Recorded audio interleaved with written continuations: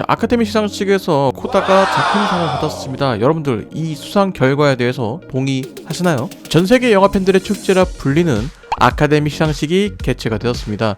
사실 이번 시상식에는 여러 에피소드가 많았던 것 같습니다. 긍정적인 면에서 본다면 남우조연상 시상자로 올라온 윤여정 배우의 파란 리본과 수어가 그녀의 품격을 보여줬다라는 것이겠죠. 자, 어쩌다 보니 아카데미 시상식에 연년 연속 한국인이 오르는 상황이 연출되기도 했습니다. 2020년 기생충의 작품상 수상 이후 2021년 봉준호 감독이 시상을 하러 화상으로 등장하긴 했지만 윤여정 배우의 여우조연상 수상이 있었고, 그리고 올해 남우조연상 시상에 윤여정 배우가 다시 한번 오르게 되었습니다. 과연 내년 아카데미 무대에서 또 다른 한국인을 볼 수 있게 될까요? 그리고 가장 큰 화제가 되었던 윌 스미스의 폭행 사태입니다. 생방송으로 지켜보던 저도 이 상황을 보면서 야, 이거 연출된 상황인가 싶었거든요.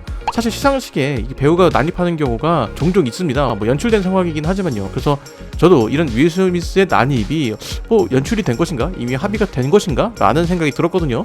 그래서 맞고서 내려가기까지도 굉장히 의아했습니다. 이게 연출된 상황인가? 그런데 나중에 이제 욕하는 거 보니까 아니더라고요. 할리우드의 스타가 갑자기 무대 위로 올라가서 진앙자의 뺨을 때리는 행위를 할 것이라고 그 누가 상상이나 했을까요? 그것도 전 세계인이 지켜보는 아카데미 시상식에서 말입니다. 이에 여러 의견들이 나오고 있는 상황이죠. 크리스 락의 농담이 심했다라는 이야기와 그럼에도 윌 스미스가 참았어야 한다라는 이야기, 미국에서는 저런 농담 흔하지 않냐라는 의견과 웃고 있던 윌 스미스가 아내의 표정을 보고 그녀를 지키기 위해서 그런 것이다, 마치 킹 리차드의 리차드처럼 말이죠.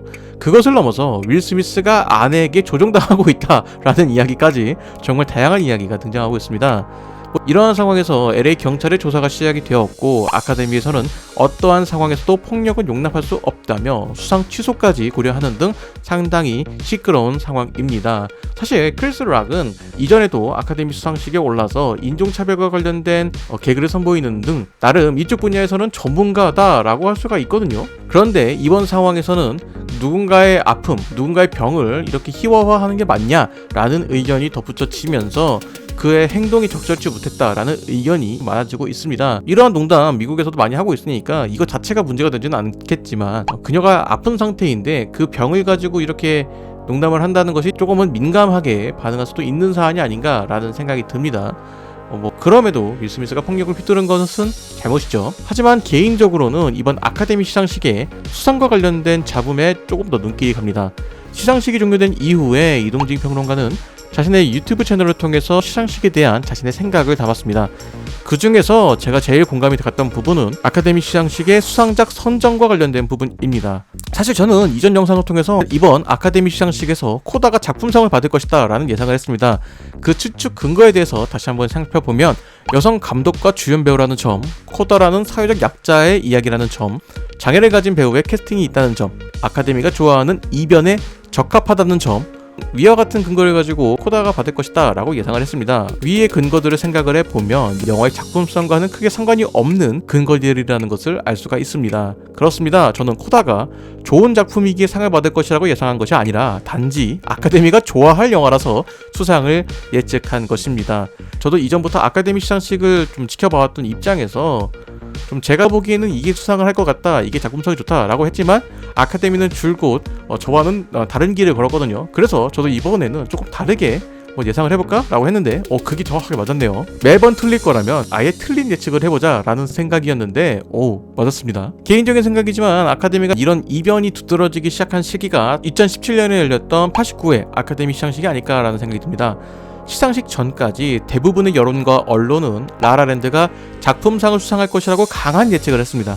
수상을 했던 문라이트 또한 가능성이 언급되기도 했지만 라라랜드가 유력한 후보라는 것에는 큰 이견이 없는 상황이었죠. 그리고 91회 아카데미 시상식에서도 모두가 예상했던 로마의 수상이 아닌 그린북의 수상 또한 여러 이야기들이 많았습니다. 사실 아카데미의 수상작 선정은 아카데미 회원들의 투표로 인해서 선정이 됩니다. 그렇기 때문에 아카데미에서 수상을 했다고 하여서 100% 좋은 작품이라고 하기에는 무리가 있습니다. 영화 전문가들의 긴밀한 협의를 통한 수상이 아닌 영화계에 있는 다수의 사람들로 인해서 선정된 영화라는 것이죠. 다만 미국 영화계의 인사들에게 인정받은 영화다 라는 타이틀이 있다 라고 보시면 좋을 것 같습니다. 사실 작품성만 따지고 본다면 한국 영화 중에서도 이미 여러 영화제에서 상을 받은 작품들이 있기 때문에 사실 기생충의 아카데미상 수상이 그리 특별하게 느껴지지 않을 수도 있거든요. 그런데 기생충의 아카데미상 수상이 특별한 이유는 아카데미 사상 최초의 동양 작품이라는 것과 더불어 미국의 주류 영화계 사람들에게도 인정받은 작품이다 라는 타이틀이 있기 때문입니다. 이전 영상에서도 지적한 점인데, 이 다수의 투표 방식이 가지고 있는 맹점이 영화를 보지 않고도 투표를 할 여지가 충분하다는 것입니다. 즉 투표자의 공정성이 확실하지 않다는 것이죠. 자, 그렇기 때문에 코다의 각색상 논란이 추가로 나온 것이다 생각이 듭니다. 자, 아카데미에서 시나리오와 관련된 수상 부분에는 크게 두 가지가 있습니다. 각본상과 각색상. 자, 쉽게 말하면 각본상은 이야기가 재미있는 스토리에 주안점을 두는 것이고, 각색상은 대사나 상황 등 스토리에 얼마나 살을 잘 붙였냐 라는 것을 평가한다고 보시면 좋을 것 같습니다. 즉 원작이 있는 영화라면 각본상 수상이 어렵다는 것입니다. 이미 원작에 있는 스토리를 사용했기 때문이죠. 반대로 각색상의 경우 원작이 있는 작품이 수상할 가능성이 높습니다. 기존에 있던 이야기를 얼마나 잘 영화화하였는가, 이것에 초점을 두기 때문이죠. 그렇기 때문에 각색상 부분에서 코다 또한 수상 가능성이 높을 수도 있습니다. 겉으로 보기에는 그렇죠.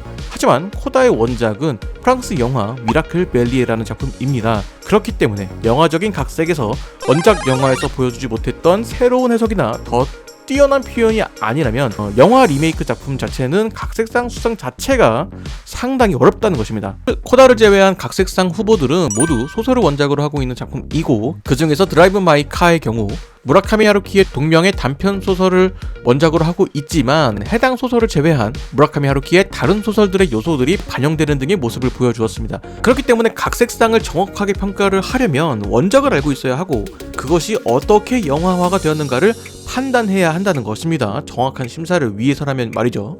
하지만 아카데미 회원들 중에서 무라카미 하루키의 소설을 읽은 회원이 얼마나 될지는 미지수입니다. 당장 듄이나 파워 오브 도그 등의 원작 소설도 읽은 회원이 얼마나 될까, 그것이 미지수라는 것이죠.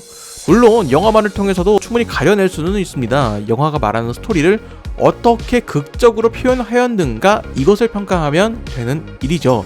그런데 그 극적인 표현이 원작에 있는 것을 그대로 쓴 것이라면 이건 각색상을 줘야 될까요? 사람들은 이것에 의문을 제기하는 것입니다. 명품을 그대로 따라한 가품에 명품의 가치를 부여하지 않는 것처럼 모든 것의 가치는 그것만이 가지고 있는 오리지널리티에 있다고 볼 수가 있습니다.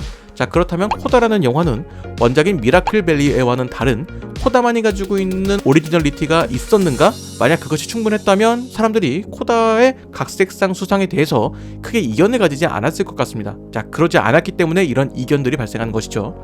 자, 한편으로는 아카데미 회원들의 수상작 선정들이 약간은 선민의식이 깔려있는 것이 아닐까라는 생각이 들기도 합니다.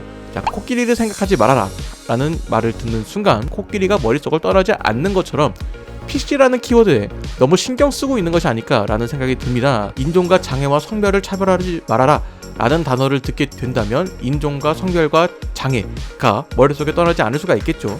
이번 시상식을 보면서는 오히려 미국의 백인들이 소외되고 있는 것이 아닌가 라는 생각이 들기도 했습니다. 자, 그래서 한동안 트럼프가 그렇게 지지를 받았던 것일까요? 자, 차별하지 말라는 의미인 PC가 어느 순간은 의도적으로 할당제를 하고 있는 듯한 인상을 받기도 했습니다. 과거 영화계에서 백인이 선호되었던 이유는 기술적인 문제가 큽니다. 과거에는 카메라와 조명 기술의 문제로 어두운 부분에 대한 표현이 어려웠습니다. 그렇기 때문에 비교적 눈, 코, 입이 잘 보이는 백인의 선호가 있었던 것이죠. 실제로 한 장면에 흑인과 백인이 함께 잡힌다면 조명에 각별한 신경을 써야 합니다. 그렇기 때문에 여러 인종이 섞인 영화보다는 주로 한 인종이 등장하는 영화가 기술적으로 조금 더 편안한 것이 사실이죠.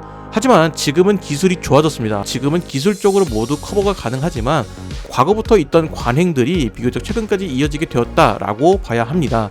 즉 사회적 약자의 이야기를 다뤘으니까 상을 줘야 한다, 이런 생각 자체가 자신이 가지는 권한을 선심 쓰듯이 사용하는 선민의식으로 비춰질 수가 있다는 것이죠. 사회적으로 화두가 되고 있는 공정이라는 키워드는 각 세대별로 받아들여지는 의미가 다른 것이 사실입니다. 어떠한 회사에서 7명의 임원을 선출한다고 했을 때 누군가가 생각하는 공정이라는 것은 성별, 나이, 분야, 계층, 학력 등 다양한 의견을 듣고 다양한 생각을 대변할 수 있도록 다양한 사람들이 선출되어야 한다고 생각을 할 것입니다. 하지만 누군가는 오로지 능력과 경쟁을 통해서 7명을 선출해야 한다라고 생각할 것입니다. 여러분들이 생각하는 공정은 무엇인가요? 그렇다면 여러분들이 생각하는 아카데미는 과연 공정한 시상식일까요? 여러분들의 생각은 어떠신가요? 자, 오늘의 이야기는 여기까지 하도록 하겠습니다. 저는 다른 이야기로 돌아오도록 하겠습니다.